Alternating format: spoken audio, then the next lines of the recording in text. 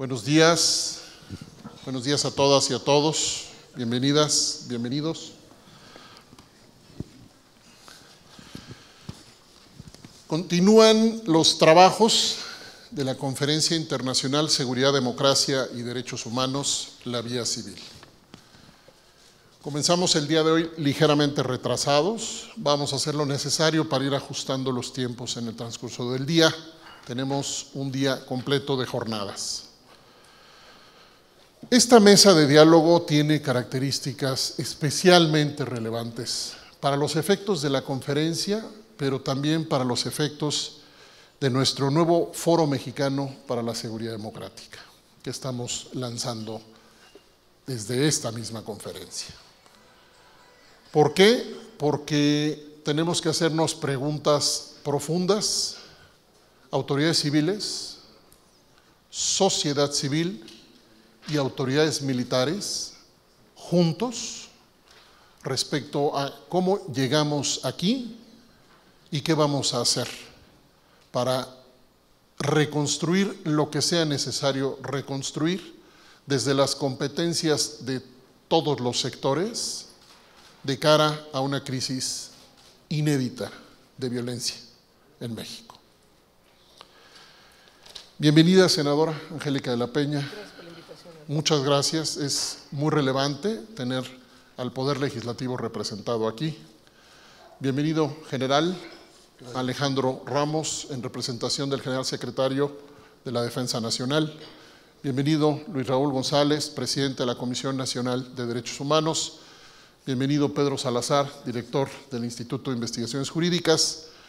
Un órgano de Estado autónomo en derechos humanos, poder legislativo, autoridades militares, academia, sociedad civil. Creemos que es una combinación muy afortunada para poder platicar de lo que nos convoca el día de hoy.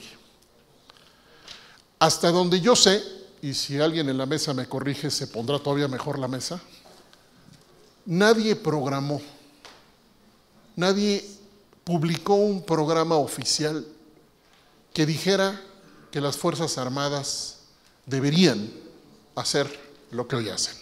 Hasta donde yo sé, no estamos en medio de un proyecto oficial delineado formalmente en un programa, en una ley, en un discurso que sostuviera que teníamos que hacerlo así. Esa es la primera premisa para la discusión. Segundo, esto no empezó ayer. Este es un proceso histórico. El general secretario de la Defensa Nacional declaró en entrevista al Universal que hay un promedio de 52,000 representantes de la Sedena, un promedio desplegados en lo que él denominó actividades de reducción de la violencia. No es menor. El dato en sí mismo es profundamente inquietante respecto a lo que representa en esta historia. Siguiente reflexión. Los invito a poner como premisa de análisis la responsabilidad o la irresponsabilidad de los poderes ejecutivos de los tres niveles de gobierno con respecto al debilitamiento progresivo, histórico, documentado de las autoridades de seguridad pública y procuración de justicia. No es posible esto que pasa hoy si no podemos explicar eso. Y es con esas autoridades con las que tenemos igualmente que construir las salidas. Termino y abro la mesa. Quienes quieran ya mirar, está el pronunciamiento del Foro Mexicano para la Seguridad Democrática, suscrito por las autoridades convocantes, excepto el alto comisionado, quien no tiene posibilidad de suscribir estos documentos y sin embargo desde luego apoya el foro. Quiero decir que cuando lo lean se darán cuenta que el foro no se pronuncia por una negativa absoluta de la intervención militar en tareas de seguridad. Se pronuncia por una intervención subsidiaria, temporal y sujeta a rendición de cuentas, como cualquier autoridad en una democracia. Ayer tuvimos la buena noticia que esta conferencia era trending topic en la Ciudad de México por la tarde. A pesar de los temas con los que competíamos, logramos estar en la atención de mucha gente. Queremos hacerlo otra vez. Súmense a la conversación utilizando el hashtag Seguridad Vía Civil. Creo que los que se acerquen se van a llevar una muy buena sorpresa de todo lo que va a suceder el día de hoy. Hasta 5 minutos de una primera reflexión. Les pido, por favor, senadora, si usted no tiene inconveniente. Mira qué malo, empiezo yo.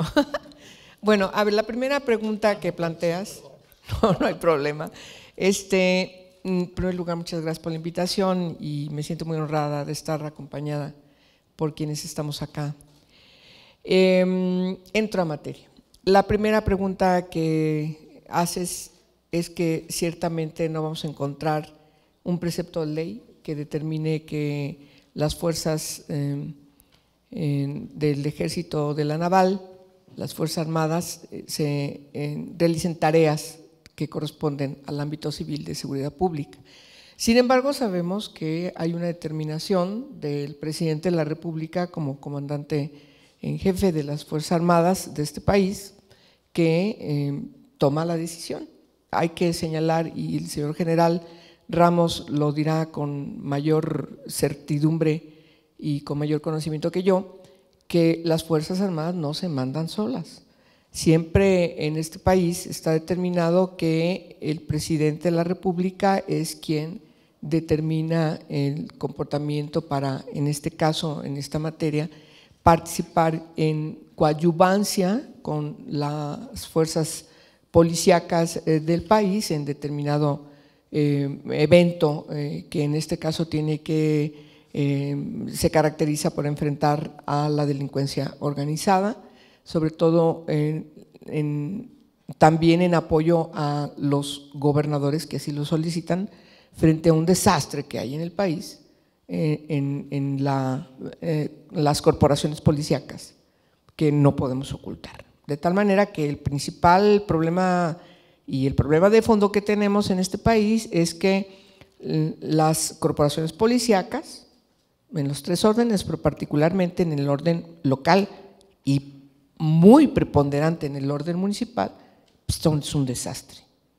Y ese desastre está inscrito en que se han venido pasando los años y no se resuelve el problema. Pero hay que enfrentar una bronca y entonces la presencia de las Fuerzas Armadas han tenido que sustituir a la Policía Civil en tareas que les competen, según plantea también la Constitución de manera puntual. Entonces, sí estamos ante un problema de tipo constitucional porque estamos violentando la Constitución. La Constitución señala con toda puntualidad que las tareas de la seguridad pública corresponden al ámbito civil. Pero el presidente de la República, por cierto, no fue precisamente, fue de manera preponderante Calderón, se nota mucho más, pero lo vienen haciendo desde hace mucho tiempo los presidentes de la República. Entonces, creo que ahora en los últimos 12 sexenios, la situación es muy grave por los niveles de inseguridad, por la falta de atención, insisto, para resolver el problema de fondo. Si tú tienes policías municipales no profesionales, mal pagadas, no tienen controles, me parece que la parte de los controles, y tú Ernesto lo has desarrollado muy bien respecto a la importancia de los controles internos, pero también los controles externos que garanticen que están funcionando bien, que se construye un concepto de policía municipal totalmente distinto a lo que conocemos hoy, por cierto, en toda la diversidad, no puede ser un solo patrón, no es un asunto de receta, porque México está constituido por sociedades multiculturales distintas y entonces no es lo mismo la policía que puede funcionar en un ámbito metropolitano a lo que puede funcionar, por ejemplo, para irme al extremo, en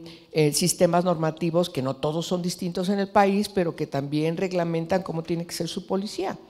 Y entonces tenemos que trabajar para resolver el problema de fondo. Yo lamento muchísimo que la Cámara de Diputados haya prácticamente congelado y archivado ya la reformas en materia constitucional para mando mixto, que entre otros se plantea exactamente lo que hoy estamos discutiendo, que las corporaciones policíacas se fortalezcan, que se coordinen, que se puedan medir, que puedan cumplir con preceptos constitucionales que están siendo modificados, sobre todo particularmente la coadyuvancia y corresponsabilidad de la policía municipal con la policía local, no para que llegue, como era la iniciativa del presidente, a que si hay indicios de que está siendo cooptada la policía municipal, pues inmediatamente la controla el gobierno estatal, no en demérito del ámbito de la jurisdicción municipal. Sin embargo, nos parecía que esa no era la respuesta para resolver el problema, sino es buscar una coadyuvancia y garantizar que las corporaciones policíacas a nivel municipal sean constituidas de otra manera, más de proximidad, más de acercamiento con la gente, pero sobre todo profesionales, capacitadas profesionalmente, y eso significa también bien pagadas, porque tenemos un desastre de policías que ganan 500 pesos a la semana, no puede ser. Entonces, además las particularidades de las zonas de violencia tienen que ser tratadas de otra manera, ¿sí? La cooptación, las amenazas, etcétera, que sufren muchísimos de los municipios de este país, en vez de atenderse, el problema ha ido creciendo. Yo antes teníamos solamente, yo recuerdo muy bien, los municipios de la frontera de Tamaulipas, eran un desastre. Después siguieron los municipios donde están los cárteles haciendo de las suyas, en una guerra absurda contra las drogas. Recordemos que Calderón determinó una guerra contra la delincuencia organizada, pero solamente inscrita contra el narcotráfico, no con todo el espectro de lo que es la delincuencia organizada. Entonces, eso también lleva al país a un desastre, en donde la principal tarea es enfrentar al narcotráfico y descuidar las otras delincuencias organizadas. Y por supuesto, donde hacen de las suyas los cárteles, pues la cooptación de los ámbitos municipales débiles, sin ningún control, sin ningún apoyo, permite que tengamos esta debilidad institucional que francamente me parece que, y para terminar, en vista que se me está acabando el tiempo, sí es cierto, ¿verdad? Sí. Termino diciendo que entonces lo que hay que hacer es resolver el problema de fondo, y el problema de fondo parte o inicia o tiene que ser inscrito a partir de fortalecer el tercer orden de gobierno. Yo estoy muy preocupada porque en las discusiones incluso del federalismo, en la que hemos estado, por ejemplo, en el Instituto de Investigaciones Jurídicas, sobre el federalismo, luego de repente el Senado de la República, particularmente porque ha sido el origen de las reformas constitucionales para mandatarnos a hacer leyes nacionales, leyes generales, siempre se dicen, ustedes están atentando contra el federalismo. Me parece que también el federalismo tiene que deconstruirse a partir de las nuevas necesidades que tiene en el siglo XXI el país, y particularmente creo que tenemos que fortalecer el tercer orden de gobierno. Gracias, senadora. Pues muchos temas. Los convocamos a preguntarnos cómo llegamos aquí. Me parece importantísimo, creo que cualquier análisis que intente hacer una definición del problema, cuando se trata del comportamiento social, requiere una contextualización histórica. No podemos hacer la historia aquí ahorita, pero sí me parece muy importante que no caigamos en lo que suele suceder en este tipo de temas, en identificar el problema como si el problema fuera de hoy.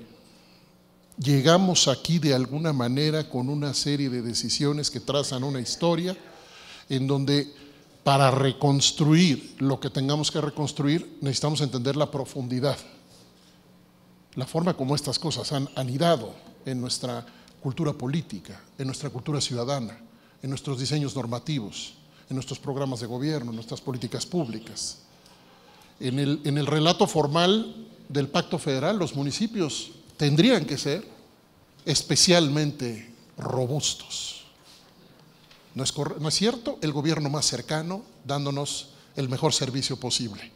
Y el relato de la senadora coloca a la policía municipal en una problemática que en efecto tiene, en su inmensa mayoría, que tendría que decirnos históricamente qué le pasó al municipio. General, si me permite, por favor, siguiente intervención, desde su perspectiva, ¿cómo llegamos aquí? Bueno, muy buenos días a todos. Primero que nada, agradecer a las instituciones y organizaciones, valga la redundancia, que convocan a este evento y que nos da mucho gusto poder participar.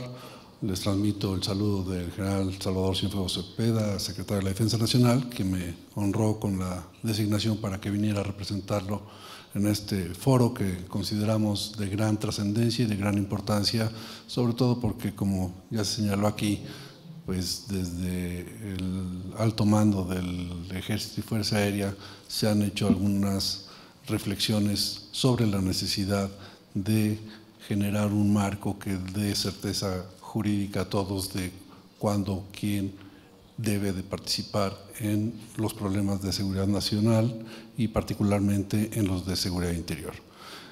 ¿Cómo llegamos aquí? Yo creo que también decía Ernesto que la sociedad es dinámica, el gobierno es dinámico y se van tomando decisiones conforme a las circunstancias que se van generando a partir de toma de decisiones anteriores, etcétera.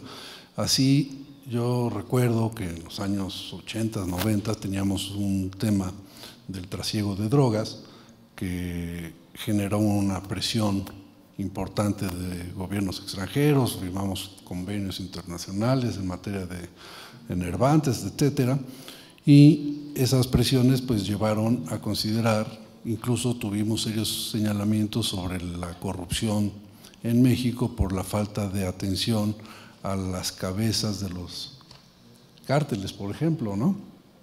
Y entonces parte de la presión llevó a tomar la decisión de atender a las cabezas y no estar deteniendo a los choferes de los trailers que llevaban la droga, etc. Y eso pues a su vez llevó a que las propias organizaciones delictivas pues tuvieran sus propias pugnas internas por ocupar cabezas.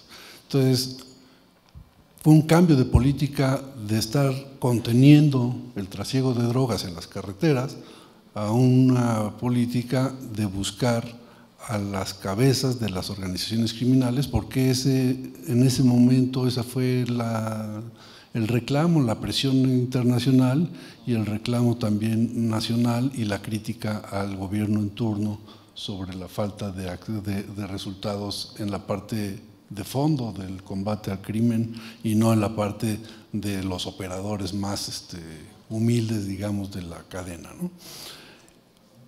Eso a su vez pues nos llevó a estas circunstancias de generar otras situaciones. Yo quisiera referir un poco, tratar de, como decíamos, siempre llegamos al diagnóstico y solamente decimos lo que la policía está mal, ¿no? Pero a veces como que nosotros mismos nos confundimos.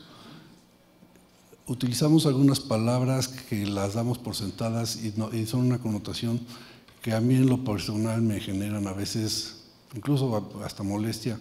Por ejemplo, hablamos de la militarización. Y ayer alguien muy atinadamente refería, bueno, pero ¿de qué militarización hablamos? ¿De cuando los militares sustituyen a las autoridades en sus cargos? ¿Hablamos de cuando los militares se vuelcan en número en una actividad, etcétera?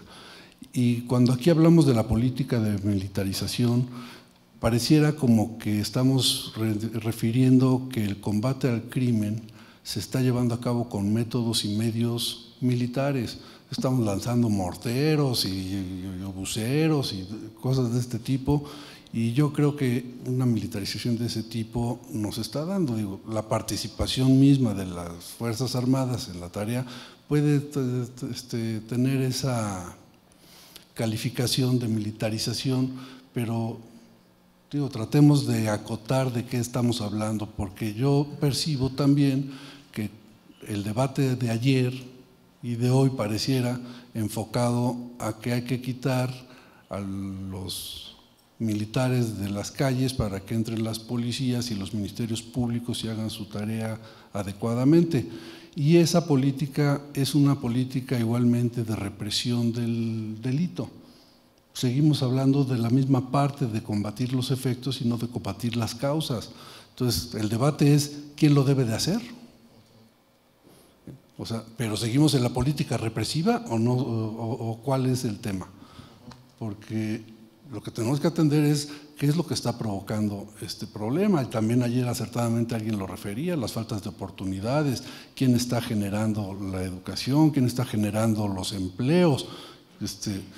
Carlos Cruz está aquí con su organización de Cauce Ciudadano, que trata de conducir a muchos jóvenes a encontrar sus propias y generarse sus propias oportunidades y canalizar por una vía positiva las carencias que el propio sistema no les está resolviendo.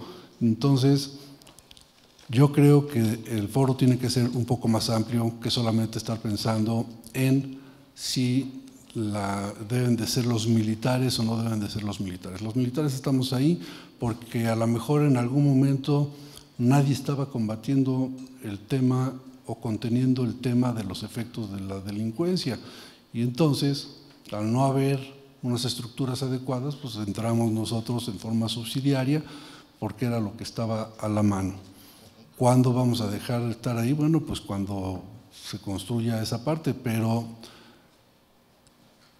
si vamos a estar ahí, y ayer se decía, vamos a estar ahí años, pues nosotros necesitamos tener certeza para poder servir mejor a la sociedad, porque la verdad es que desde el centro siempre está este reclamo de que están las Fuerzas Armadas haciendo estas labores, pero en los lugares donde están los delincuentes apoderados de todo, está el reclamo social de que no nos retiremos, porque si nos retiramos no hay nada, ¿no? Entonces, yo creo que es injusto, no es adecuado que sigamos en esta tarea si se pronostica que muchos años más, sin que se genere el marco claro de qué estamos haciendo ahí.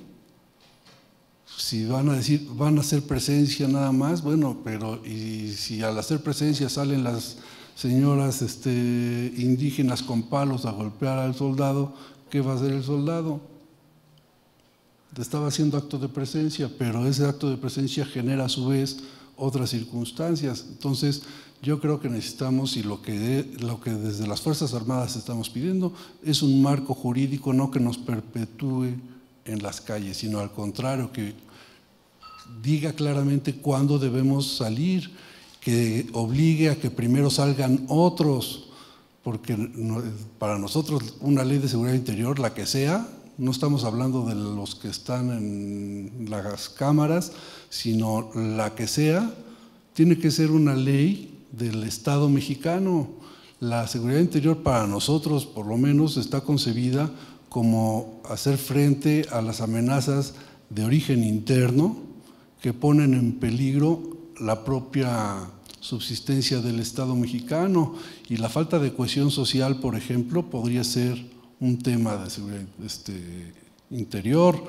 El tema que está pasando en España, pues nosotros deberíamos de observarlo muy bien porque es un tema de seguridad interior y lo tienen que atender como lo están atendiendo en España, primero con otro tipo de medidas, otro tipo de autoridades, y esos niveles de gradualidad son importantes. El uso del todo el poder del Estado tiene que tener esa proporcionalidad y esa gradualidad, y en esa gradualidad nosotros pedimos que se clarifique cuándo es que estamos en los niveles en los que las Fuerzas Armadas deben de intervenir, ¿no? Pero todos tienen que tener una responsabilidad. Nosotros no queremos que en esa intervención se nos coloque a nivel de sustituir a las autoridades, sino esas autoridades responsables tienen que participar y tienen que comprometerse y tienen que decir qué acciones van a tomar para poder salir del escollo que genere la necesidad de una subsidiariedad del Estado o de la Federación. Tiene que haber responsabilidades para los que provocan que lleguemos a esas condiciones. Digo, no estoy hablando de los temas de desastres, estoy hablando de los temas de origen humano, y que por no haber invertido, por no haber formado, por no haber exigido determinadas responsabilidades, nos llevan a una situación de esa naturaleza. Los temas de seguridad interior a veces se confunden o se suman, se diluyen con los temas de seguridad pública. y es muy tenue la línea divisoria, porque en un tema de comisión de delito hay que ver el delito particularmente cometido que corresponde al Ministerio Público y a la policía investigar y llevar a juicio. Pero cuando ese delito al mismo tiempo está representando un problema de gobernabilidad de un Estado, porque se está apoderando, por ejemplo, de la presidencia municipal y ya no hay forma de darle servicios a la población que depende de ese municipio, el problema ya no es nada más del Ministerio Público que está investigando cada acto, cada evento, y alguien tiene que hacerse cargo de atender el fenómeno más grandote, que ya no es de seguridad pública únicamente, sino es un problema de seguridad interior. Entonces, para nosotros lo importante es definir un marco que no sea para las Fuerzas Armadas, lo hemos repetido incansablemente, pero nadie nos oye. Queremos un marco para el Estado mexicano de cómo desarrollar las tareas de seguridad interior que la propia Constitución prevé, pero únicamente cuando dice que el presidente puede disponer de las Fuerzas Armadas para aspectos de seguridad interior. Es todo lo que se menciona en la Constitución sobre seguridad interior, y que eso no debe de regularse. Muchas gracias. Hay algo que parece que no estamos, que no hay desacuerdo en ningún sentido, que es la debilidad de las instituciones civiles. Quiero insistirlo. El general secretario ha dicho, ¿quién más lo hace? ¿Estamos de acuerdo? Hay condiciones locales en diversas partes de este país que simplemente no está el Estado para contener la violencia, entre otras cosas. Presión internacional, precisión conceptual, mirar efectos, pero mirar causas, hacer un marco jurídico que precise la actuación de las Fuerzas Armadas para el Estado mexicano sin pretender la sustitución. Entre otros, esos mensajes nos da la Secretaría de la Defensa Nacional en este momento, me parecen mensajes importantísimos. Luis Raúl, desde tu perspectiva, por favor, ¿cómo llegamos aquí? Muchas gracias, muy buenos días, tengan todas y todos ustedes. La pregunta es muy importante. Bueno, primero celebro que estemos en esta mesa quienes conformamos aquí el panel. Responder a la pregunta de por qué llegamos a este estadio de situación de violencia e inseguridad, tenemos que remontarnos a finales de los 90, en donde empezaba la penetración más fuerte e intensa del crimen organizado, del narcotráfico en principio.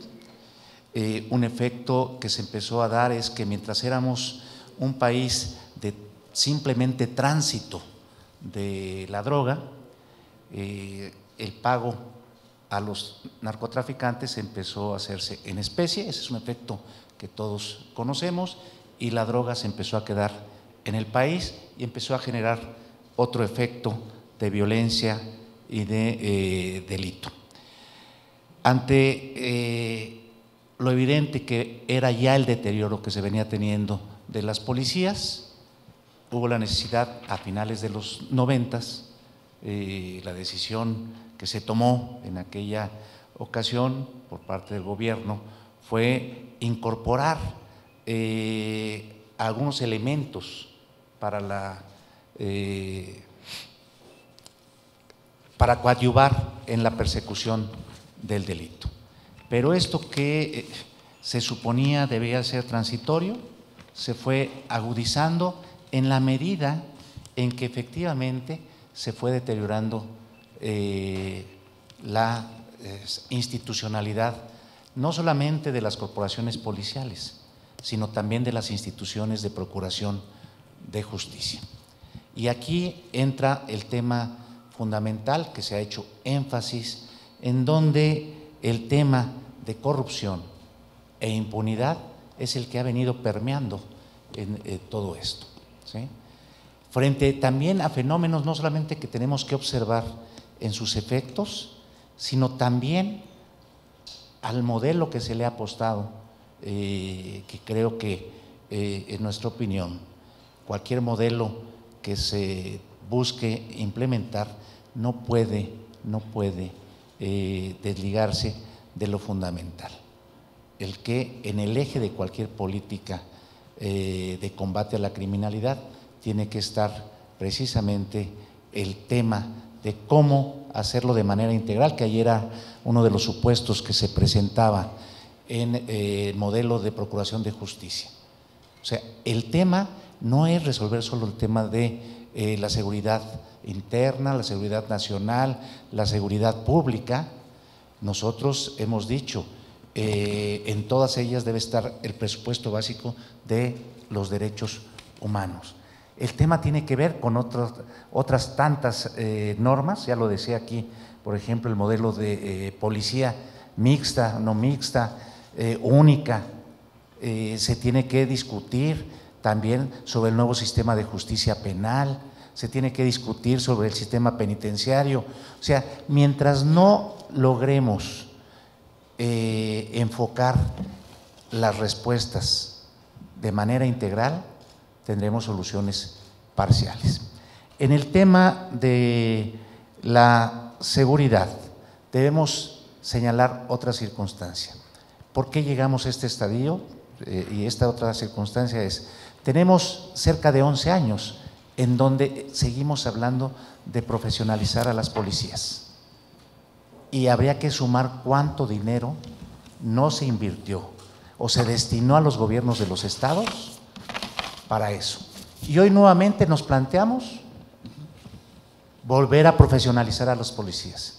¿Pero qué le ha faltado a esta exigencia? Las consecuencias jurídicas de quien no se ha aplicado para profesionalizar a esas policías, los gobiernos estatales. Es decir, ¿cuáles han sido las consecuencias? Ninguna. Se incurre nuevamente en el tema de impunidad. Nosotros estamos ciertos, y lo hemos venido señalando, tenemos un gran reconocimiento por las Fuerzas Armadas. ¿Quién no puede negar los servicios que prestan? Las circunstancias por las que atraviesan frente al crimen organizado, estamos conscientes de esa realidad, pero también estamos conscientes de la necesidad de que se entienda que esta colaboración, y ese es el sentido de lo que quise entender de lo que dijo Alejandro, se entienda que es coadyuvante y no sustituta de lo que deben ser las corporaciones policiales, ¿sí? Se tiene que trazar un plan de retorno, porque venimos hablando del plan de retorno también hace muchos años, pero frente al plan de retorno hay mayor crecimiento de la presencia, como decía el general, de los elementos del ejército, porque hay mayor incremento de la violencia, de la presencia del crimen organizado. Pero tenemos que decir, en esta propuesta que se hizo ayer desde el CIDE, la universidad y el INACIPE, ¿cómo le entramos integralmente a resolver las temáticas? Y en esas, distinguir claramente qué es seguridad interior, qué es seguridad nacional y qué es seguridad pública. Pero cualquier interacción, en mi opinión, cualquier interacción con la población civil tiene que estar a cargo de un mando civil y con la perspectiva de derechos humanos. Yo creo que los esfuerzos que se han venido haciendo, desde luego desde la Defensa Nacional o de la Marina, en la capacitación de los elementos que integran estas instituciones, son importantes, pero más importante será el pensar en que la interacción con la población debe estar encauzada a través de un mando civil. Otro presupuesto básico en el respeto, cualquier modelo, cualquier ley de seguridad nacional, seguridad interna, seguridad pública, no puede no puede estar ajeno al respeto de los derechos humanos. Ese es un tema que me parece vital en el eje fundamental y que el gran reto es precisamente definir esa colaboración de la autoridad militar de manera transitoria en auxilio de las policías una vez que lleguemos a esa formación que todos deseamos, pero que, repito, en la integralidad y no respuestas parciales. Gracias, Luis Raúl. La Comisión Nacional de Derechos Humanos reconoce el valor, la contribución, la relevancia de la aportación de las Fuerzas Armadas en este contexto y a la vez llama a precisar, apurar, resolver pendientes asociados a mejoras institucionales que hoy nos enseñan escenarios de corrupción e impunidad severos en muchos lugares y llama a una regulación con un enfoque de liderazgo civil y de derechos humanos. Pedro, te voy a aventar una cosa más compleja, si me permites. Rápidamente menciono que el próximo lunes 13 de noviembre se presentará el nuevo estudio de desarrollo policial de la organización Causa en Común y nos enseñaron un adelanto el otro día en donde 70% de los policías entrevistados en una entidad de la República contestaba estar poniendo de su dinero para su equipo. Pues sí. 70%. El Sistema Nacional de Seguridad Pública tiene 20 y tantos años funcionando. 70%. Una entidad que tiene recursos, ya ustedes podrán ver el estudio. ¿Qué hacemos, Pedro? ¿Qué hacemos? Hablemos un poco de los cómo, porque parece ser que hay coincidencias importantes en el diagnóstico. Adelante, Pedro. Muchas gracias, Ernesto. Muchas gracias por la invitación, por habernos además invitado a co-organizar institucionalmente este importante foro y gracias por la oportunidad de estar con, por supuesto, el general Ramos, con la senadora Angélica de la Peña y con Luis Raúl González Pérez. No solo me haces hablar al último, sino que además me dificultas la intervención. Pero, a ver, yo sobre la primera parte solo quiero agregar algo que creo que estaba implícito en las intervenciones y que creo que vale la pena hacerlo explícito, que es también una cuestión de carácter estructural. Es decir, el problema de nuestra ubicación geográfica no lo podemos abstraer. Nada más creo que es muy importante decirlo, porque son variables que no van a cambiar. No va a cambiar nuestra vecindad con Estados Unidos y por lo que vemos, lamentablemente no van a cambiar algunas tendencias que inciden en lo que sucede acá, al menos en dos grandes temas. El tema que tiene que ver con el incremento en el consumo de drogas en ese país, un incremento alarmante, han ya declarado epidemia el tema de la heroína y es una cosa tremenda, es decir, con muchísimas repercusiones, ¿no? Pero bueno, no podemos nosotros abstraernos de esa situación.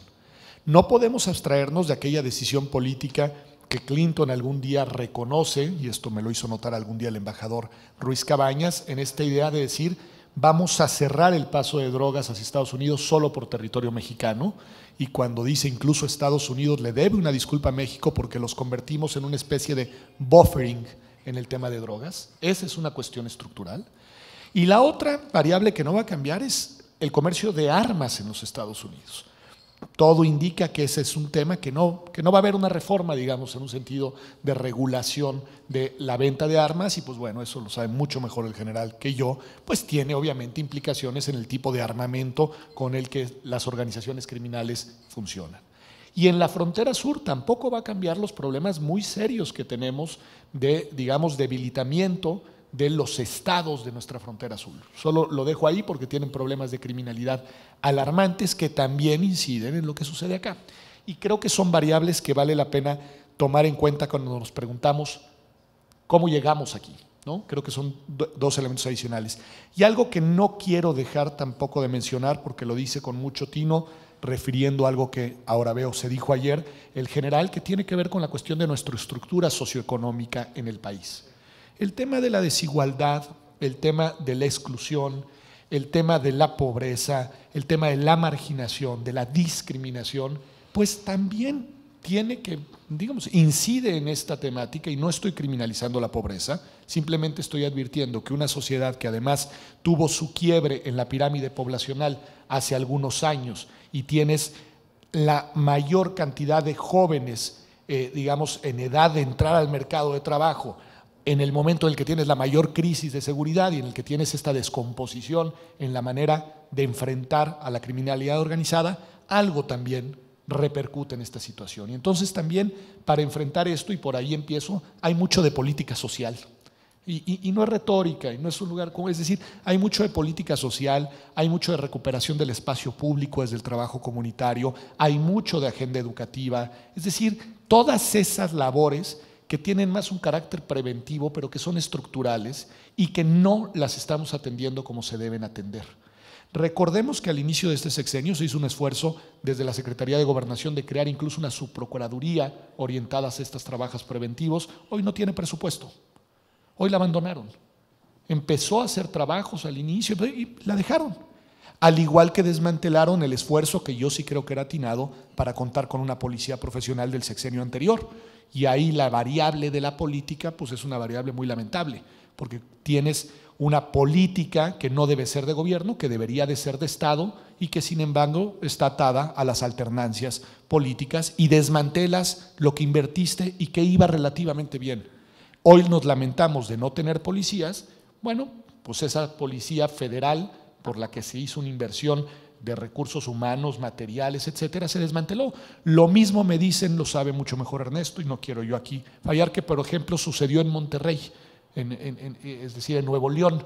Hubo una apuesta por un tipo de policía, que viene un cambio de gobierno y viene un desmantelamiento. Y un tema que yo conozco más o menos bien, el caso, por ejemplo, del sistema penal acusatorio en Chihuahua, en el que hay un gran esfuerzo durante un sexenio que empieza a funcionar, cambio de gobierno y vamos para atrás simplemente por no seguir haciendo y no reconocer lo que se hizo bien en el sexenio anterior. Es decir, sí es un tema que vale la pena que miremos con atención. Ahora, voy muy pronto a la cuestión de la salida y del tema policial. Cuando nosotros imaginamos lo que presentamos ayer, que es este modelo de procuración de justicia en estos foros en los que varios de ustedes participaron, Ernesto de manera muy destacada, pensamos que teníamos que ver 5 variables en su conjunto, que no debíamos de mirar únicamente a las fiscalías, sino que teníamos que mirar al conjunto, y el conjunto normativo que a nosotros nos pareció importante tener en cuenta es la reforma en materia de justicia penal de 2008 y su implementación, y en dónde están los problemas de implementación, que nosotros creemos que son sobre todo de capacidades de los operadores, pero bueno, esa es una. La segunda reforma, ineludiblemente y sin retórica, la de los derechos humanos. Sí, la de los derechos humanos es fundamental como columna vertebral de la articulación de las normas en estas materias. La tercera, que nos parece fundamental, el modelo policial. Es decir, nuestra principal falencia para la operación de procuración de justicia está en la no capacidad de las policías para realizar sus tareas. Y Ernesto, tú eres experto en la materia. Y esas tareas tienen que ver, lo dice muy bien el general, con cuestiones preventivas, con cuestiones de investigación, que es lo que no hacemos, con cuestiones que tienen que ver en su caso con persecución y obviamente en su caso y en el extremo con la sanción. Pero las 2 primeras etapas, la de prevención y la de investigación, son fundamentales y no hemos generado las capacidades institucionales para hacerlas de buena manera. Entonces, ahí tienes la tercera reforma. La cuarta es precisamente la de seguridad interior.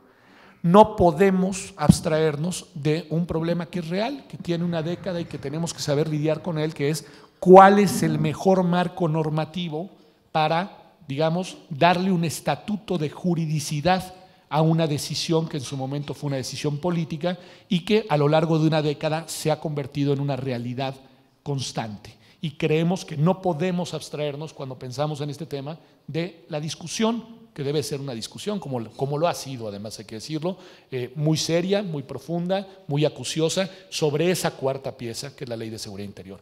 Y la quinta, lo que nosotros precisamente presentamos ayer con mayor foco, que es todo el tema de la Procuración Civil de Justicia, que además tiene que ver con el tema de este foro, la Procuración Civil Nacional de Justicia, que tiene que ver, se lo dice muy bien Luis Raúl, con una visión sistémica, con una visión de modelo, no como una pieza aislada, no que sea banal, pero discutir los nombres de quiénes son los fiscales es intrascendente cuando no tienes el diseño institucional adecuado para que opere de manera adecuada la Fiscalía.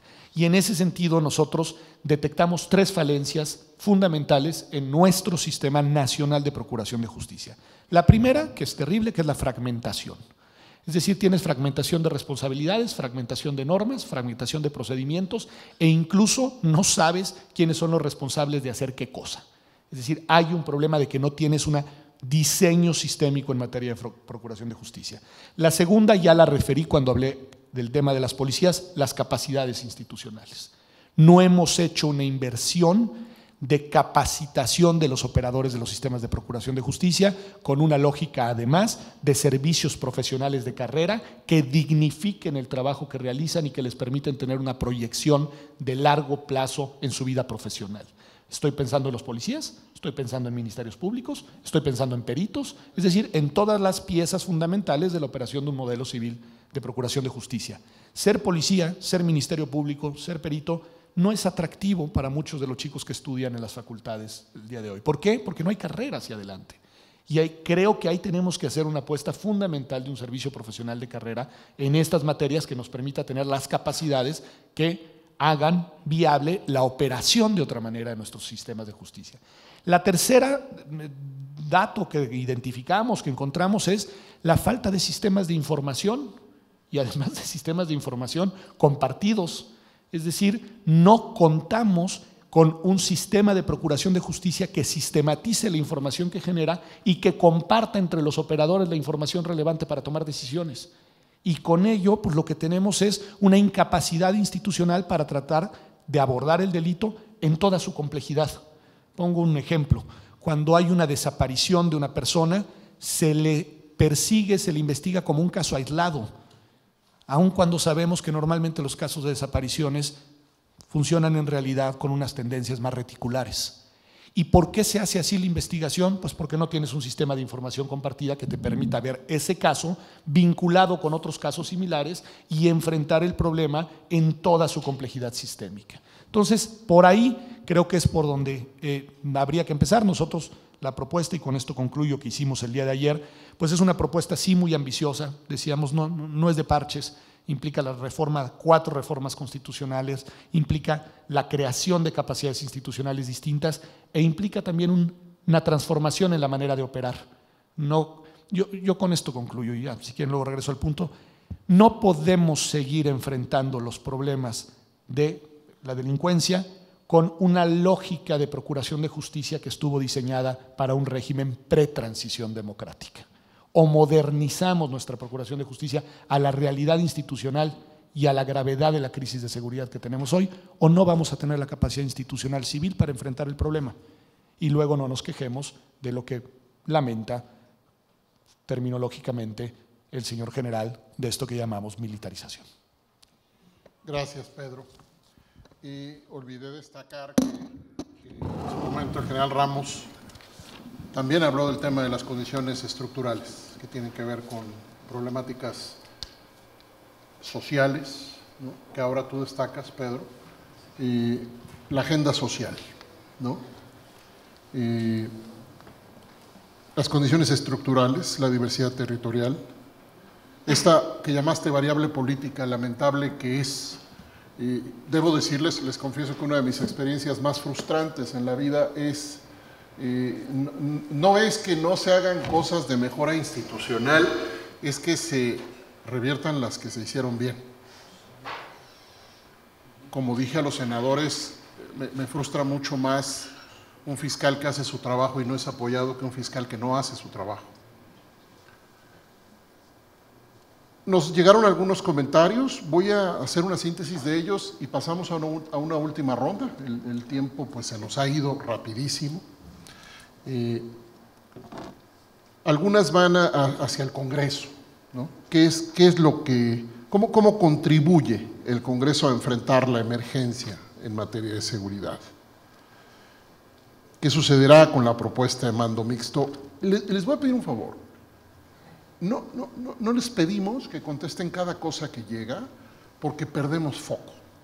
Y hemos cuidado, o estamos tratando de cuidar en las mesas, no perder foco, pero sí quiero dar las preocupaciones para que ustedes en lo posible hagan una síntesis.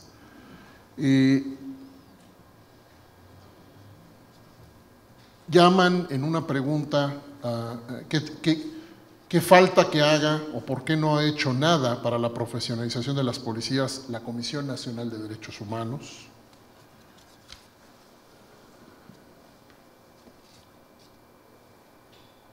Esta pregunta me parece especialmente interesante. ¿Existen diagnósticos que justifiquen que las Fuerzas Armadas no pueden regresar a sus cuarteles para que las policías hagan su labor? Es una pregunta que me parece que tiene que ver con la última perspectiva que yo voy a ponerles en la mesa, que tiene que ver con qué sigue, si las cosas se van por un camino, si se van por otro o si se van por otro para este país. Nos ponen eventos general que tiene que ver con el uso de la fuerza por parte de las Fuerzas Armadas, con el uso de helicópteros, uso de lanzagranadas, y el abatimiento de personas, y la pregunta es si eso es o no una estrategia militar, si eso es o no es lo que podemos llamar la militarización.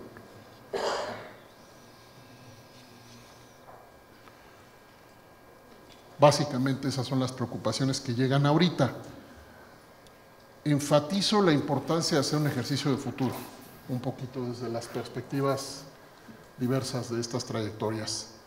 Creo que las mexicanas y los mexicanos estamos profundamente preocupados por el presente, pero por el futuro previsible, por lo que parece ser una trayectoria de descomposición incontenible, en donde ya no hay estadística que no nos escandalice a algunos y ya no hay estadística que escandalice a otros. ¿Qué hacemos y cómo imaginamos un escenario en donde la autoridad civil no responda?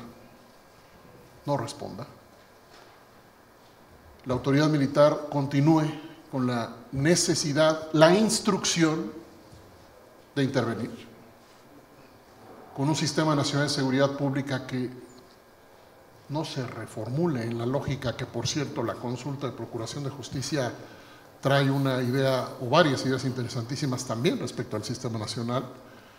¿Qué hacemos si no reequilibramos esta balanza y continúa el debilitamiento de la autoridad civil con un embate del crimen organizado, entre otras cosas, con un embate del crimen organizado también inusitado? Dijimos que queríamos construir esperanza con el evento. Sí queremos construir esperanza, pero también queremos compartir la profundidad de nuestras preocupaciones con una visión pragmática. Si les parece, vamos en el mismo orden. Senadora General, Luis Raúl, Pedro. Sí. Bueno, yo creo que hay 4 temas que están en discusión, que desde mi modesto punto de vista deberían tratarse de manera integral, pero particularizando las características de cada una de ellas. ¿Qué es la seguridad pública? ¿Qué es la seguridad nacional? ¿Qué son los estados de excepción? ¿Y qué es la seguridad interior? Parece que en esta discusión que se inició a partir de algunas iniciativas en la Cámara de Diputados y en el Senado sobre una nueva ley de seguridad interior, conlleva la discusión de estos 4 temas que me parece que hay que diferenciar y diferenciarlos de manera puntual a partir de nuestra propia historia y también del origen de los conceptos a nivel internacional. Y yo coincido que ciertamente, como dice Pedro, contextualizar también lo que acontece en México a partir del enorme vecino que tenemos en el norte, pues claro que sí trasciende, sobre todo en el concepto de seguridad interior. Es lo que yo creo. Y los grupos parlamentarios en las 2 cámaras empezamos a discutir.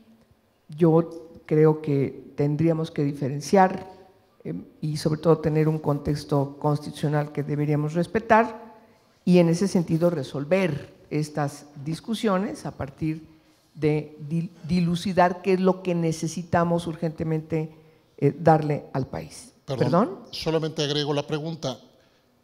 Sobre estos temas, hay Sí. quien pregunta si en este periodo Ajá. se harán discusiones para resolver el tema de seguridad interior, en un periodo de sesiones, la ley de seguridad interior y mando mixto. Si eso Ok, sucederá eso ahora. es exactamente, qué bueno que no sabía la pregunta, pero eso es lo que iba a responder al final de mi intervención. No, para nada, al contrario. Entonces, bueno, recapitulo, creo que necesitamos resolver, en primer lugar, el cuestionamiento público que no podemos desatender, por el contrario, tenemos que atender qué ha hecho el general Cienfuegos. Me parece que eso es una obligación por parte del Congreso, pero de todo el gobierno, responder a lo que él ha cuestionado públicamente de manera ejemplar, además poco común, de que el secretario de la Defensa Nacional pues cuestione y solicite o exija un marco jurídico para que le dé certidumbre al trabajo que ellos realizan, porque es un trabajo que ellos realizan, para atender la seguridad pública a lo largo y ancho del país, ya no solamente es unos cuantos estados.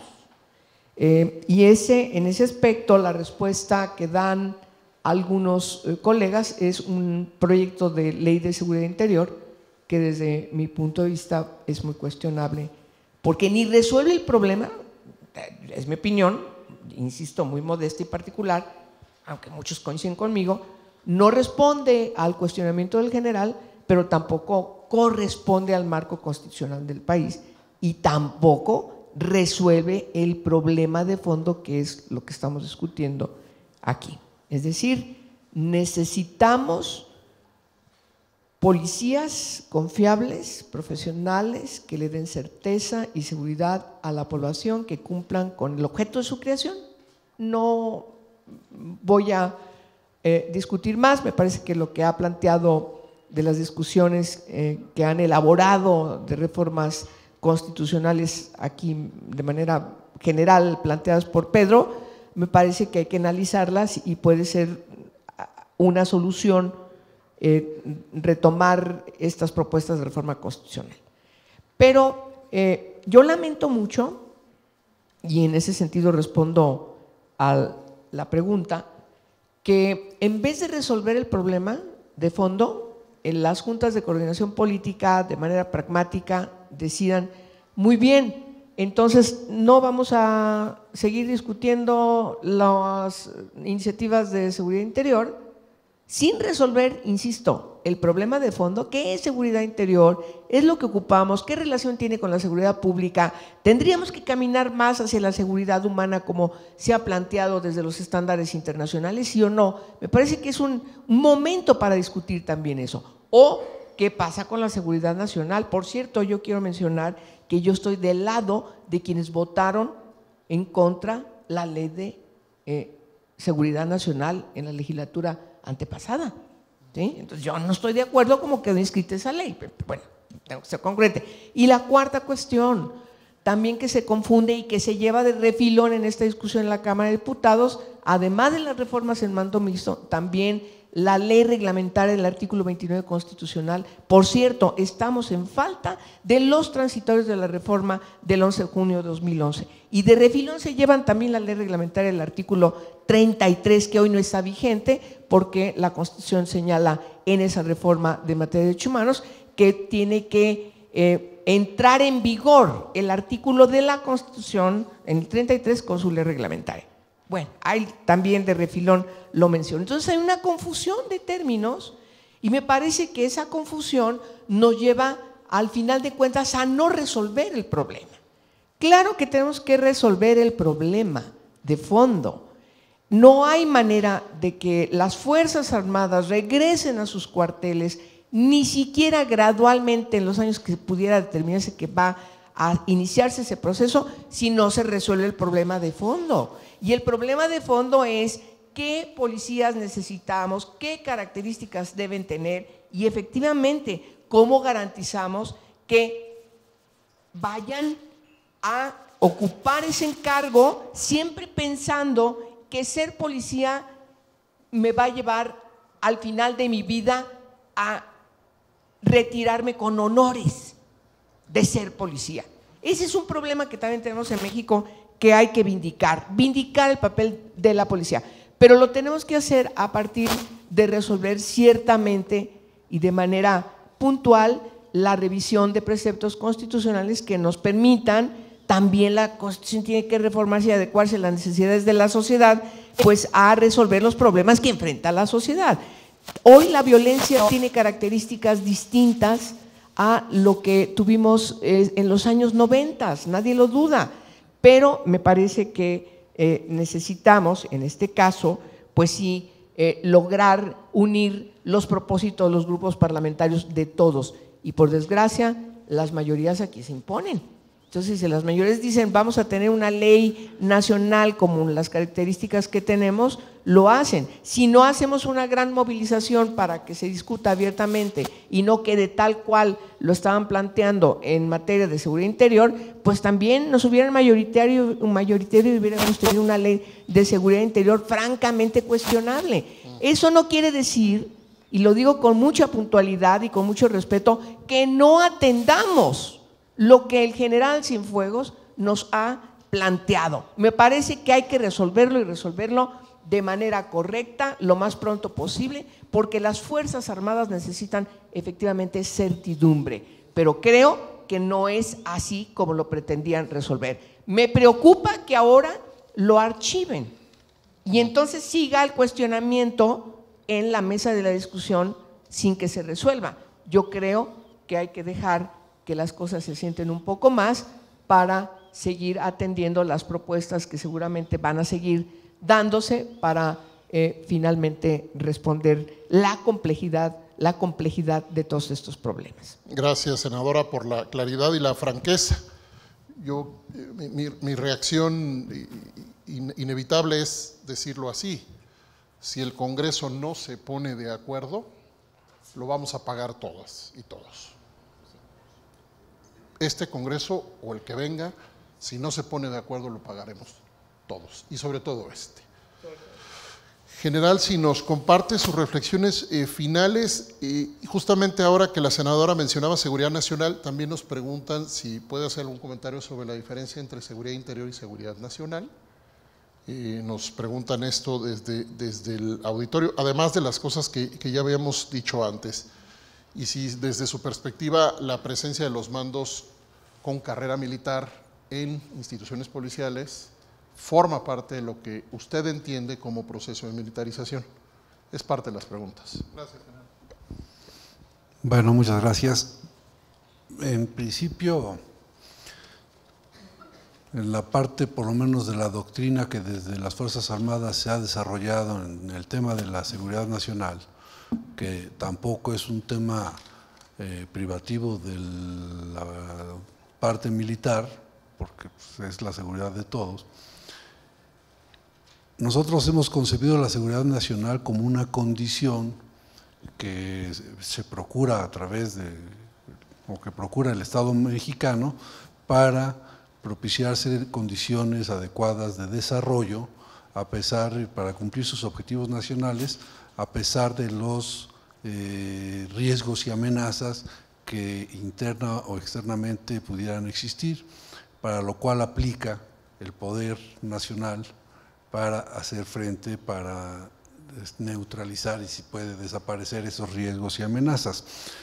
Y para nosotros esa seguridad nacional que tiene que ver con la existencia misma del Estado mexicano, con la integridad de su territorio, por eso decía que el tema de allá de Cataluña es un tema de seguridad nacional porque tiene que ver con segregar, con perder parte del territorio que hoy es del Estado español, ¿verdad? Y bueno, puede ser de forma violenta, pero puede ser de forma pacífica como era el referéndum, por ejemplo, ¿no?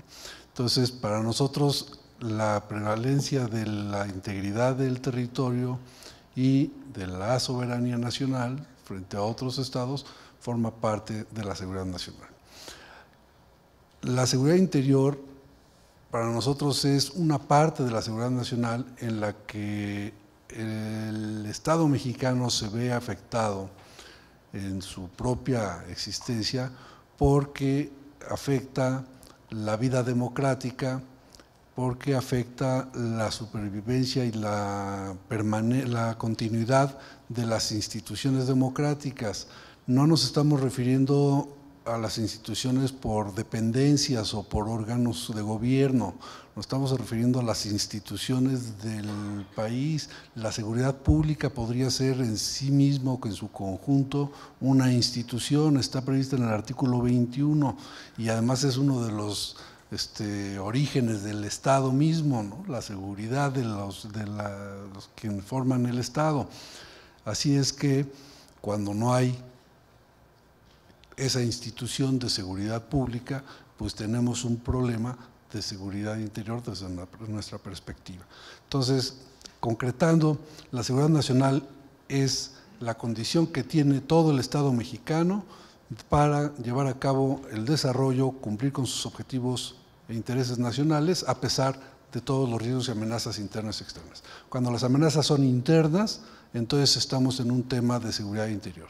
Cuando son de un Estado extranjero o de un agente no estatal, entonces podríamos estar hablando de defensa exterior, que sería la otra gran vertiente de la seguridad nacional. Por eso es que el tema de la participación de las Fuerzas Armadas, ayer Santiago Corcuera nos platicaba sobre, de una forma muy amena y chistosa incluso, las resoluciones de la Suprema Corte sobre la acción de inconstitucional 196, y él decía que había habido una confusión de la Corte. En realidad, derivado de esa acción surgieron 6 tesis de jurisprudencia y algunas se referían a que la seguridad pública que está a cargo de las autoridades civiles no tiene por qué no recibir refuerzo, apoyo de las Fuerzas Armadas cuando se prevé que de no hacerlo se va a llegar a un estadio más grave de tener que suspender garantías que van a afectar más los derechos humanos. Eso es, digo, no traigo las tesis solamente, pero la esencia era decir que es una tontería tener una fuerza de esa magnitud pagada todo el tiempo que no haga nada, porque las amenazas externas realmente son pues bastante lejanas, ¿no? Entonces, que era legítimo utilizarlas para apoyar a otras instituciones. Y una de esas 6 tesis se refería a que además no se afectaba lo dispuesto en el artículo 129, que dice que en tiempo de paz los militares o las Fuerzas Armadas no van a realizar actividades que no sean exactamente relacionadas con la disciplina militar, porque cuando el presidente dispone de ellas para temas de seguridad interior, pues entiende que esas actividades sí están estrechamente relacionadas con la disciplina militar, porque esa es una de las misiones que constitucionalmente se le están asignando a las Fuerzas Armadas. Entonces, ahí hay una beta de análisis, de reflexión sobre si estamos participando en estas tareas de coadyuvancia a la seguridad pública solamente bajo un esquema de ayudarles, si estamos participando porque es un problema de seguridad y de interior, y eso es parte de la reflexión que tendría que hacer nuestro Congreso para darnos certidumbre. El tema del uso de la fuerza es otra deuda que tienen con nosotros, y no con nosotros, con todas las fuerzas de seguridad, porque el problema es que no hay ninguna regulación. Como no hay ninguna regulación, entonces el agente de la autoridad no sabe cuáles son los límites de cómo debe de actuar ante determinadas circunstancias. Lo que sí hay una coincidencia incluso en los principios internacionales es la posibilidad del uso de la fuerza letal cuando se ve afectada la integridad propia, la vida propia de la gente o de terceras personas. Y esto lo menciono por la pregunta relacionada con las granadas, los helicópteros y demás, porque yo no sé si han visto las noticias donde se dan estos enfrentamientos con organizaciones criminales. No sé si hay hasta algunos blogs por ahí en internet donde se muestran este tipo de videos.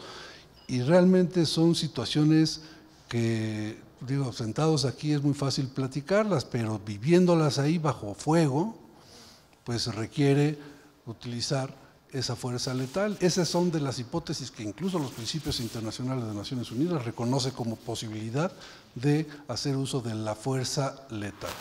Y eso en ese caso, la tasa de tributación sería… ¿Qué fue eso?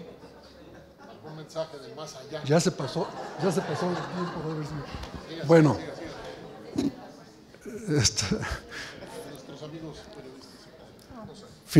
finalmente, el tema de, por ejemplo, la ocupación de posiciones por parte de personal militar en instancias de seguridad pública. Yo creo que hay dos formas de verlo. Cuando el militar es asignado como una misión para ir a hacer esa tarea, que podríamos pensar que está sustituyendo a la autoridad y podríamos pensar que se está militarizando, o cuando el militar, como cualquier otro ciudadano, tiene las capacidades, está en las posibilidades y es invitado o designado para ocupar una posición determinada. A mí me parece que pensar que el militar es algo distinto de cualquiera de los que estamos aquí, pues es una afrenta a los derechos humanos de los que estamos siendo parte de las Fuerzas Armadas. Cuando se habla de los militares y se habla de que están entrenados para matar, bueno, pues se les olvida también que en el ejército existen los servicios, que hay unos neurocirujanos que son muy reconocidos en el mundo, que habemos unos abogados que fuimos a la universidad como los demás abogados del país, y esa función que realizamos, si alguien nos invita a título personal, no puede contar como si estuviéramos hablando de militarización. Finalmente, solamente quisiera yo reiterar que la petición, la necesidad que tenemos en las Fuerzas Armadas de un marco jurídico, se llame Ley de Seguridad Interior, se llame Capítulo de Seguridad Interior en la Ley de Seguridad Nacional, es para nosotros fundamental, sobre todo porque, insisto, si no se ve que en los próximos días vayamos a salir de esta función, entonces, pues denos certeza jurídica de hasta dónde, cuándo, quién ordena, etcétera, para poder servir mejor. De otra manera, pues estamos en esa incertidumbre y es un costo adicional que estamos teniendo que pagar las Fuerzas Armadas por estar apoyando en estas debilidades que hoy tenemos. Gracias, general. Muchas gracias. Creo que hay pocos pasivos tan contundentes y tan dañinos para esta nación como la debilidad en la regulación y en la comprensión respecto al modelo de uso de la fuerza en una democracia. Nosotros recibimos a través de redes sociales, pero también de múltiples formas, comentarios y preguntas que denotan una confusión profundísima, social, respecto al uso de la fuerza, que parece representar esa confusión que priva de otras muchas formas, esa falta de claridad en los órganos del Estado. Claro. Podemos decir que el Poder Ejecutivo Federal ha tenido en la mesa proyectos y discusiones sobre uso de la fuerza desde hace mucho tiempo, mucho tiempo. Entonces, solo clarifiquemos que proyectos ha habido, discusiones ha habido, recomendaciones ha habido, nacionales, internacionales, y seguimos pensando en un Estado democrático de derecho sin claridad en uso de la fuerza. Esto es una barbaridad. Y no estamos hablando de la autoridad militar, estamos hablando del Estado mexicano. Creo, Luis Raúl, que todas estas cosas animan a un comentario final interesante. Sí, muchas gracias. Bueno, realmente lo que pienso y pensamos desde la Comisión Nacional de los Derechos Humanos es precisamente que lo que caracteriza al Estado de Derecho debe ser ese apellido, Estado democrático de derecho, no cualquier Estado de Derecho. Y en ese apellido democrático va precisamente la esencia de lo que debe contener el eje transversal, que es los derechos humanos. ¿Y por qué señalo esto? Porque parte de lo que pareciera identificarse en las propuestas de lo que se quiere regular en materia de seguridad interior a la que hace alusión Alejandro, se mezcla mucho la parte de seguridad pública y de hecho, si analizamos en esa evolución que tenemos desde los 90 a la fecha, hablábamos de seguridad pública y el tema en seguridad pública implica la defensa de las personas y no la defensa de las instituciones, ¿sí? Creo que ese es un eje fundamental y distintivo en la conceptualización de las tareas de combate a la delincuencia. Y esto que parece sencillo es de lo más complejo. Y otro elemento esencial es que en la política de Estado que se ha ejercido en todos estos tiempos, pienso que nos hemos equivocado. Le hemos apostado más a lo reactivo que a lo preventivo. Ya desde hace 5 años se proponía invertir el silogismo. El silogismo es más prevención y aquí ya se habló precisamente de las causas estructurales. Y esas causas estructurales tienen que ver con pobreza, no, insisto, igual que Pedro, no estoy criminalizando la pobreza, pero sin opciones de empleo, sin opciones educativas, con una desigualdad importante, pero no va a haber ejército suficiente, no va a haber policías suficientes mientras le estemos apostando a lo reactivo. ¿Sí? Y eso, voy a señalar algo que también ayer en el modelo que se presentó es un eje fundamental, el tiempo de la implementación de todas estas reformas. Queremos ser cortoplacistas en la reversión de las políticas, como ya aquí se apuntó. Lo que está funcionando bien, cambio de sexenio. No, tenemos que tener el acuerdo político de todos los sectores, no solamente los políticos, los sectores social y económicos, para entender que lo que nos permitirá sobreponernos a este estadio de cosas es ese acuerdo político en los mínimos para transitar e ir mejorando, pero no en 6 años. Yo dudo y lamento dudar de ello, que en 6 años se pueda corregir esta circunstancia. Lo que sí se puede hacer es sentar los basamentos importantes, ¿sí?, para caminar. Se dice ahorita que está por terminar un sexenio, porque lo está, pero eso debe paralizar a las instituciones. El Congreso, por ejemplo, hoy ante elementos ausentes que inciden en los derechos humanos, la relación corrupción-derechos humanos, pero no tenemos magistrados, no tenemos el fiscal anticorrupción.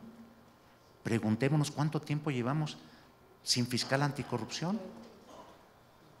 Hoy no tenemos fiscal de delitos electorales.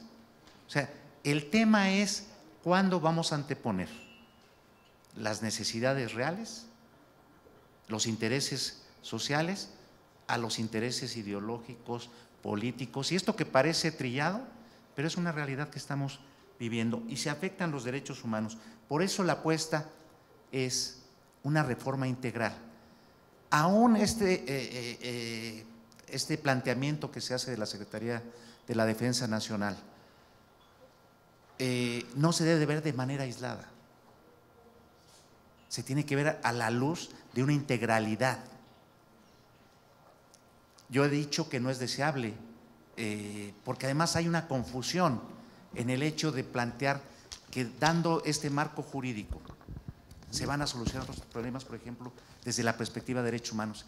Y no es así. Déjenme decirles, lo que puede transformar el que no se den esas violaciones a derechos humanos es la convicción, la capacitación, el cumplir con la ley. A ver, cualquier ley de seguridad nacional o de seguridad interior o seguridad pública, como la queremos llamar, ¿permitirá la tortura? Pues desde luego que no. ¿Permitirá que haya desapariciones? Desde luego que no. ¿Quién debe perseguir el delito? Ahí está el artículo 21 constitucional. O sea, tampoco pensemos que el marco legal es el que genera cuando se incurre en una violación a derechos humanos. Cuando nosotros determinamos un uso excesivo de la fuerza, lo hacemos en función ¿de qué? De los propios protocolos que se han dado las instituciones. Necesitamos y es deseable que haya una ley del uso de la fuerza legítima. Pero el planteamiento es, ¿qué ha pasado con los protocolos que se tienen? El tema es que no se cumplen en muchas ocasiones. Entonces, el tema es cómo cumplimos con la ley todos. Es decir, el tema central se llama legalidad e impunidad. Y con el hermano que lleva acompañado de la corrupción. Por eso la apuesta de lo que se presentó ayer debe ser la guía que nos permita avanzar en esa temática. Y cuando digo integralidad también me refiero a las policías. Yo ayer hablaba, por ejemplo, de la falta de estabilidad que tienen los policías. O sea, sí utilizamos el garrote, ¿sí?, cuando se equivocan, pero no utilizamos el incentivo cuando lo hacen bien. El incentivo es ¿qué pasa cuando no fueron responsables de una conducta y no son reinstalados? Claro. O sea, por eso nuevamente vuelvo a la integralidad y que el eje tenga que ser derechos humanos. Y un último elemento en todo lo que hemos platicado: ¿cómo corregir la perspectiva del presupuesto federal para que sea una perspectiva con derechos humanos? Por el ejemplo que señalaba Pedro, ¿cómo vamos a prevenir el delito sin recursos? ¿Cómo vamos a materializar las leyes sin el recurso adecuado? Entonces, para mí el eje vertebral serán los derechos humanos. El general me ha pedido una intervención breve, después vamos, Pedro, contigo. Solamente para alusiones medio personales por los comentarios de don Luis Raúl. Nosotros no estamos pidiendo una ley que nos dé facultades adicionales, no estamos pidiendo una ley que restrinja derechos de los ciudadanos, estamos pidiendo una ley que diga claramente qué es lo que se tiene que hacer, cómo va a hacerse el procedimiento para la determinación de que tenemos un problema de seguridad interior, qué autoridades son las que van a intervenir, cuál es la que va a llevar la batuta de la coordinación de las demás, qué acciones concretas y en cuánto tiempo se van a hacer, y eso es poner orden un poco a este tema. No estamos pidiendo nada. La ley es importante porque, dice Luis Raúl, no, lo estamos resolviendo en las reclamaciones o las quejas con los protocolos que ustedes mismos han emitido. Pues esos protocolos que hemos emitido son el sustituto de las normas que debería de existir y que como nadie nos los ha dado, nosotros nos los dimos para darle algo de certeza a las tropas que están empeñadas en estas tareas y que necesitan tener mayor claridad en cómo deben de actuar. Y bueno, nuestra percepción es que sí se cumplen. Tenemos excepciones en las que no se cumplen y que, bueno, pues Luis Raúl está muy atento a ver que se cumplan, pero no son los casos mayoritarios, no es, por eso también, aunque coincidimos en el fondo de todos estos temas, en lo que no coincidimos es en la perspectiva de considerar que porque nosotros estamos ahí, el tema de la violencia se ha exacerbado. Si no fuéramos nosotros y fueran las policías eficientes las que estuvieran ahí deteniendo a las cabezas de las organizaciones, la misma violencia se generaría porque la lucha entre los cárteles, por ocupar las posiciones dentro de los cárteles, por dominar los territorios que tienen que utilizarse para la venta de drogas, ahí estarían igual. Entonces, no aceptamos que nosotros seamos la causa, nosotros estamos coadyuvando para ese fin. Si las cosas son como se dice, y creo que aquí venía una pregunta, que nosotros somos la causa de la violencia y que además no se da ningún resultado positivo en esta cuestión, pues yo creo que es claro, lo he dicho en otros foros, el discurso no tendría que ser que, bueno, en este momento es impensable que se vayan, no, pues ahorita, ¿no? Eso sería lo mejor, porque si nada más estamos incrementando la violencia y no hemos ayudado en nada a resolver o por lo menos a contener el problema, pues entonces yo creo que hay que verlo así.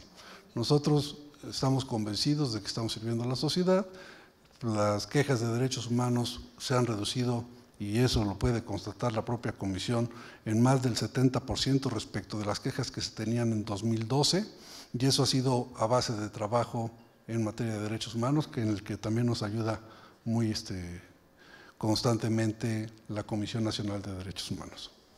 Gracias, general. Bueno, aquí la relevancia de tenerlos a ustedes aquí es absolutamente central, que ustedes fijen postura clara en la identificación de los problemas, estemos o no estemos de acuerdo en algunas cosas.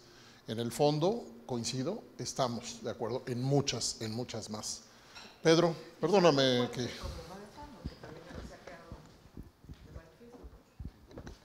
Pues muchas gracias. Voy a correr el riesgo de hacer una exposición muy inconexa porque prefiero tratar algunos temas que me parece importante y que probablemente no es una reflexión, digamos, integral.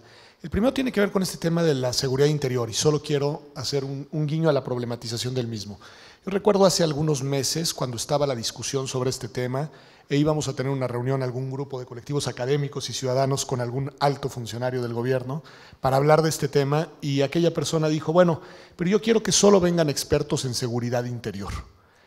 Y yo le dije, pues no va a ir nadie, ¿no? Es decir, estamos precisamente en ese ejercicio intelectual conceptual de dotar de contenido a una figura intermedia entre las seguridades que tradicionalmente ubicamos.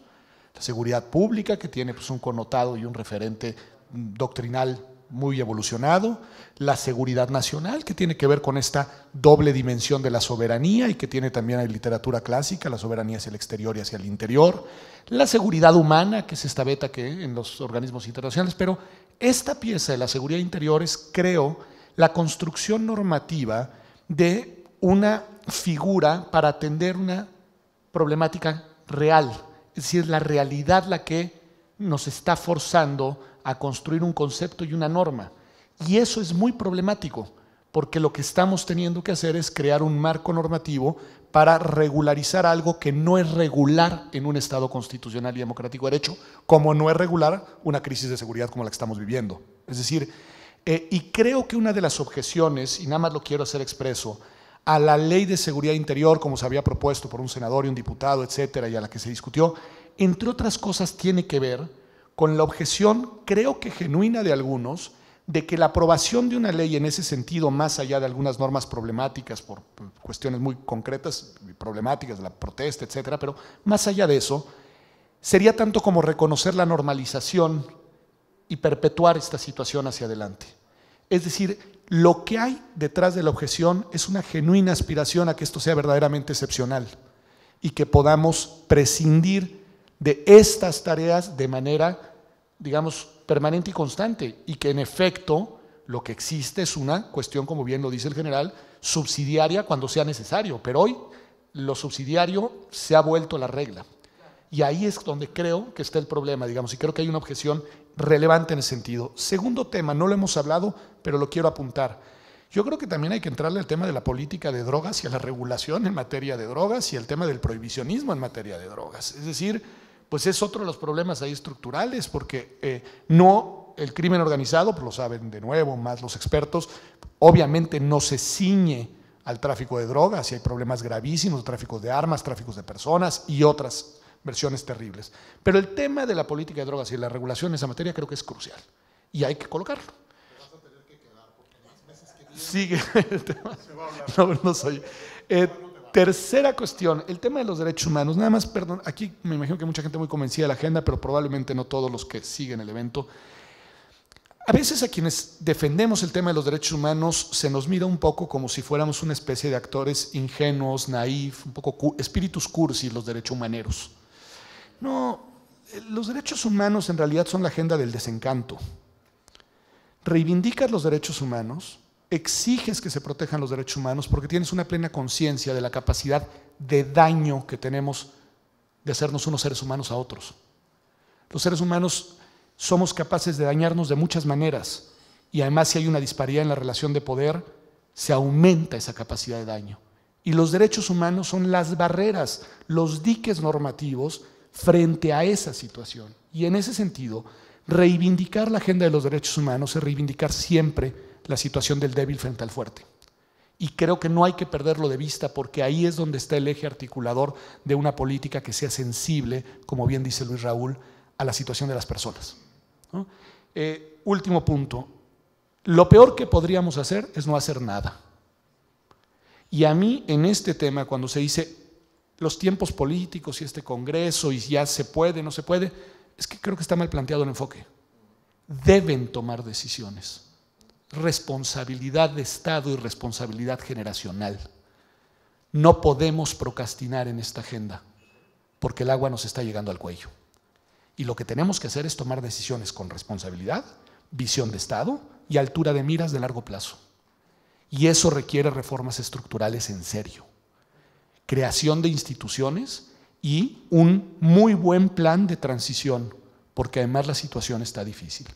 Si lo que queremos, como creo que debemos aspirar, es a que regresen las autoridades civiles a realizar sus tareas de prevención, investigación, persecución y sanción de los delitos, tenemos que crear las instituciones y al mismo tiempo tenemos que contener el fenómeno delictivo. Y en ese sentido tenemos que ser muy estratégicos en la manera en la que diseñemos un modelo de transición que nos permita llegar al derrotero al que aspiramos. Y lo dicen muy bien, ese derrotero no es mañana. Y esa es la otra cosa que tenemos que aprender. Como sociedad debemos de ser maduros para entender que este asunto no es de soluciones ni parciales ni inmediatas. Esta es una cuestión generacional y la tenemos que enfrentar con esa visión y con esa responsabilidad. Y creo que ese debe ser un llamado a los actores políticos y a las y a los legisladores de la máxima seriedad. Decía Luis Raúl, no tenemos fiscal anticorrupción, no tenemos fiscal especializado en materias electorales, es peor, no tenemos siquiera procurador. Y eso te dice mucho, mucho de cómo está la situación de la procuración civil y de cuál es el afecto que hay a la procuración civil, ¿no? Mucho, como también te lo dicen las asignaciones presupuestales en la última década. Bueno, pues por ahí no. Entonces, serio. Gracias, Pedro. Muchísimas gracias a los panelistas. Celebramos muchísimo haberlos tenido aquí, haberte tenido, senadora Luis Raúl, general Ramos, Pedro. Gracias, amigos, amigas. Tenemos un retraso de una hora, Vamos a iniciar de inmediato la siguiente mesa. Está ahí servido el café y demás. No vamos a hacer pausa ahorita y al ratito les daremos noticias de ajustes de horarios para el resto de la jornada. Una foto por aquí, por favor, no se me vaya.